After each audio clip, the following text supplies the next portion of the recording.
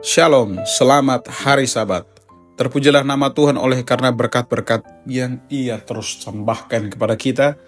Oleh karena kemurahannya sampai pada petang Sabat Tuhan yang suci ini, kita masih menikmati berkat-berkat yang berkelimpahan.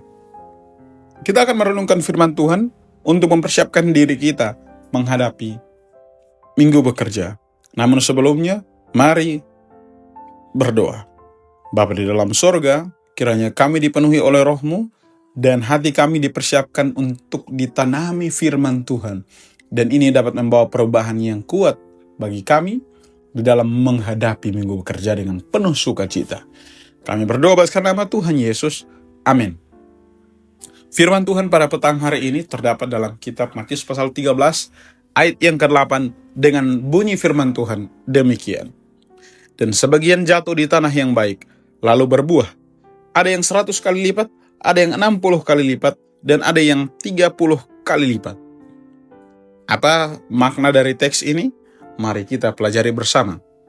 Sebagai orang-orang Kristen, tentunya kita tidak asing lagi dengan kitab Matius pasal 13 ini. Ketika kita melihat judul perikop seorang penabur, maka kita semua diberikan ingatan yang baik jenis-jenis tanah di mana benih itu jatuh. Ada yang jatuh di semak belukar, ada yang jatuh di tanah yang bebatuan, namun ada juga yang jatuh di tanah yang baik. Apa makna dari tanah yang baik?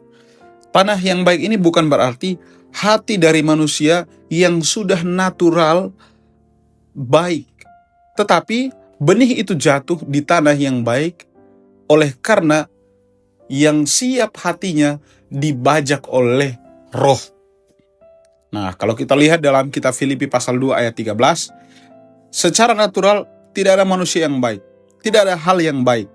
Namun, ketika seorang memberikan dirinya dibajak oleh Roh, maka hatinya telah dipersiapkan untuk ditanami benih itu. Secara konteks kita melihat benih ini adalah firman Tuhan itu sendiri. Menjadi pembelajaran bagi masing-masing kita sekalian para pendengar firman pada petang Sabat Tuhan yang suci ini. Apakah kita sudah mempersiapkan hati kita sepanjang Minggu Bekerja ini untuk menjalani kehidupan yang siap dibajak oleh Roh, dan hati kita ini sudah siap ditanami bibit firman Tuhan. Jangan sampai hati kita tidak siap oleh karena kepentingan-kepentingan pribadi, ada pekerjaan-pekerjaan yang menghalangi kita di dalam membangun kusyuknya hubungan dengan Tuhan, sehingga kita tidak mampu mempersiapkan diri kita dikuasai oleh Roh, dan bahkan benih yang kita baca atau firman yang kita terima hanya secara formalitas. Kita datang duduk di gereja, namun hati kita tidak tertuju kepada Kristus, melainkan tertuju kepada profit-profit untuk kepentingan pribadi kita. Kristus sangat merindukan kita. Ketika benih itu tertanam di dalam diri kita, maka kita akan menghasilkan benih-benih. Benih-benih itu apa? Benih-benih unggul, dan bahkan yang hasil yang bisa kita berikan kepada Kristus 100 kali lipat, 60 kali lipat, dan 30 kali lipat. Apa maksudnya ini? Maksudnya adalah hati kita selalu memberikan buah-buah yang indah kepada orang-orang di sekitar kita. Buah-buah Roh itulah hasil dari benih yang tertanam di dalam hati yang dikuasai oleh Roh.